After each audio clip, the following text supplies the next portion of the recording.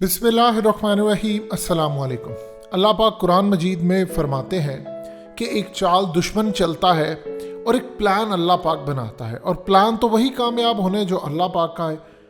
America ने ज़िंदगी में हमेशा एक ही चीज़ सोची कि मैं यहाँ से कभी निकलूँ। पहले तो उसने सोचा था कि कभी मैं निकलूँगा नहीं, और अगर निकलना पड़ेगा तो अगर मेरे हथियार, मेरी मिलिट्री बेसिस, ये सब कुछ अफ़गान तालिबान के हाथ लग गए तो उस वक्त हमारे साथ क्या होगा, ये उन्होंने कभी इस बारे में प्रॉपर्ली सोचा नहीं था। इस वक्त सूरत हाल ये है अफ़गानिस्तान के अंदर कि सबसे बड़ा इस वक्त आज 2021 का हमला हुआ, जिसमें अफ़गान तालिबान ने 80 उनके सोल्जर्स मार दिए, इंटेलिजेंस इदारों के ऑफिसर्स मार दिए जो इंडिया और अमेरिका के लिए भी काम कर रहे थे, और उसमें इंडिया के भी लोग शामिल थे। यानी जो एजेंट अमेरिका का है तो वो अमेरिका का हुआ, जो इंडिया का वो इंडिया का। आज बहुत बड़ा हमला हुआ। इस वीडियो की अहम डिस्कशन चलती रहेगी, लेकिन इससे पहले आप वीडियो को लाइक करें, हकीकत टीवी को सब्सक्राइब कर लें और बेल आइकन पर ज़रूर क्लिक करें। 80 फौजी, उनके इंटेलिजेंस ऑफिसर जो इंडिया के साथ कनेक्टेड थे, अमेरिका के साथ, उनको मार दिया।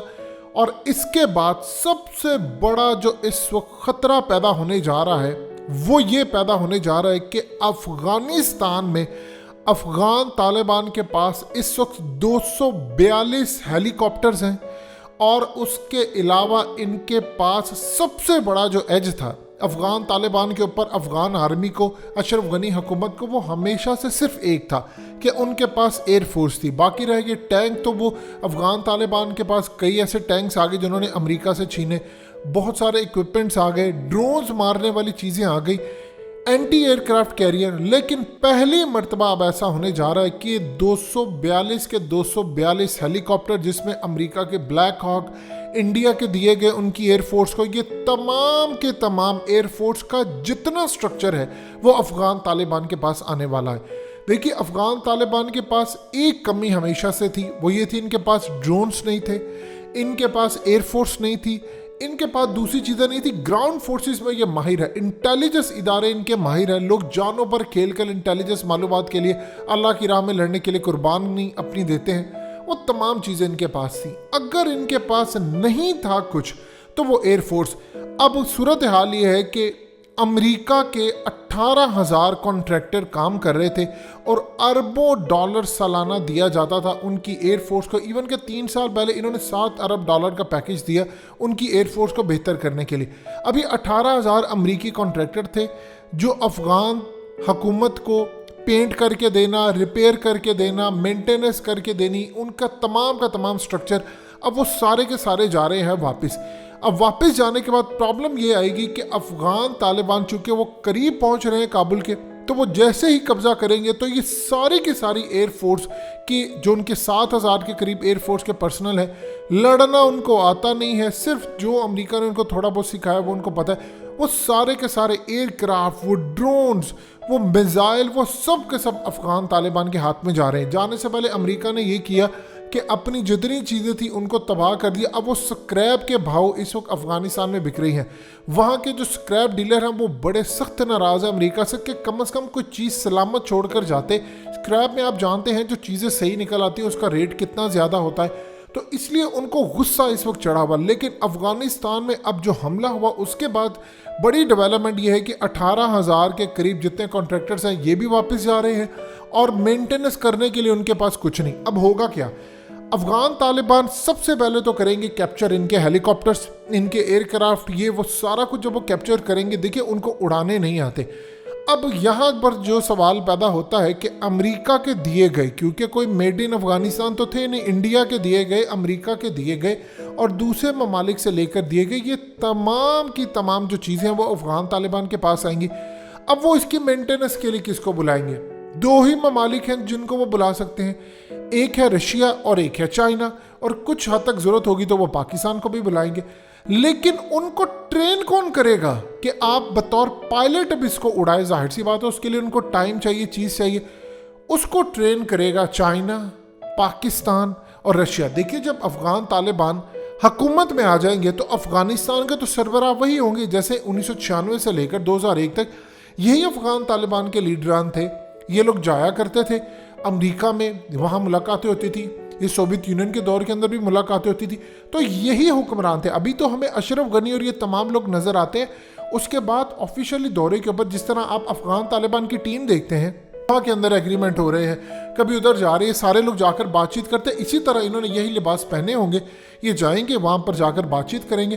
اب یہی لوگ وہاں پر ٹریننگ کر کے، گراؤنڈ فورسز تو ان کی کمال کی ہیں لیکن ایئر فورس بھی ان کی ہو جائے گی، اور امریکہ کو خدشہ اس وقت لگا ہوا ہے کہ میں یہاں سے جا رہا ہوں، ایڈ ان کی بند ہو رہی ہے، تو کریں گے کیا؟ کیونکہ انہوں نے کہا کہ ہم اشرف غنی کی سپورٹ کریں گے۔ اشرف غنی حکومت نے کہا کہ آپ بے فکر ہو کر جائیں، آپ صرف ہمیں پیسے دیتے رہیں، ہم ان کا مقابلہ کر لیں گے۔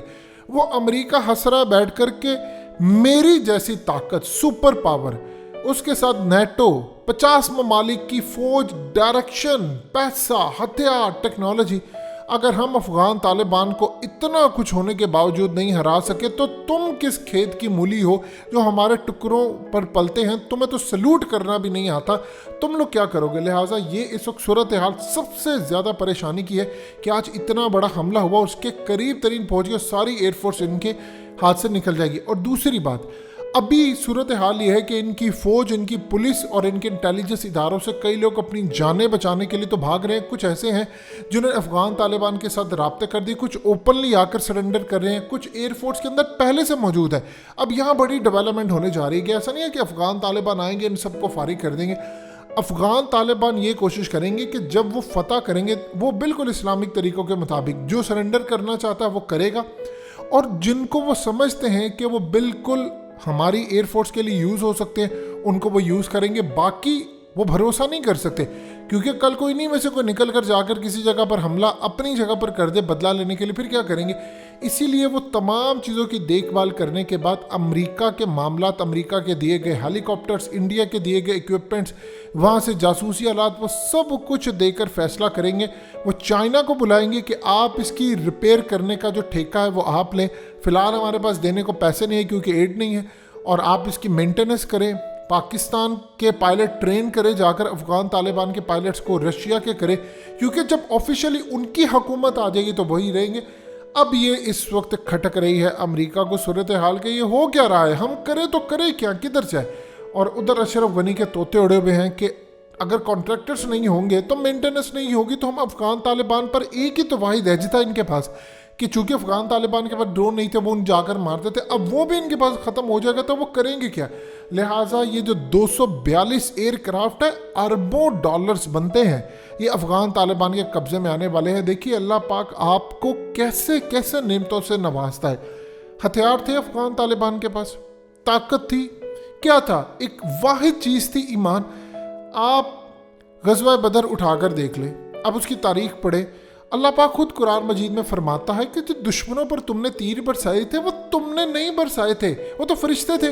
اسی طرح جب یہ لڑ رہے تھے ان کی سائڈ سے، آپ سوچ سکتے ہیں امریکہ کی اربوں ڈالرز کی ٹیکنالوجی ہو اور ان کے ٹوٹے ہوئے ہتھیار ہو، وہ کیسے ہوتا تھا؟ ان کے ہتھیار اللہ پاک نے انویزیبل فورسز کے ذریعے وہ جا کر ڈائریکٹلی مار دیتے تھے، ان کے ڈرونز پر، ان کے ایئر کرافٹ پر، ان کے 30 ہزار کروڑ کے ایئر کرافٹ، جاسوسی کے آلات، وہ سب تباہ ہو گئے، اور آج افغان طالبان ہیرو ہیں۔ اب اللہ پاک انہی کے ہاتھ میں ساری ایئر فورس دے رہا ہے۔ سو یہ آپ دیکھ لیں کس لیول کا کام ہے۔ امریکہ کو تو سمجھ نہیں آ رہی، لیکن انڈیا بھی پریشان ہے، اگر ایئر فورس بھی ان کی بن گئی تو ہم جائیں گے کہاں پر؟ حقیقت ٹی وی کو سبسکرائب کرنا مت بھولیں، ویڈیو کو لائک کریں، شیئر کریں، اور کمنٹ سیکشن میں اپنی رائے کا اظہار ضرور کریں۔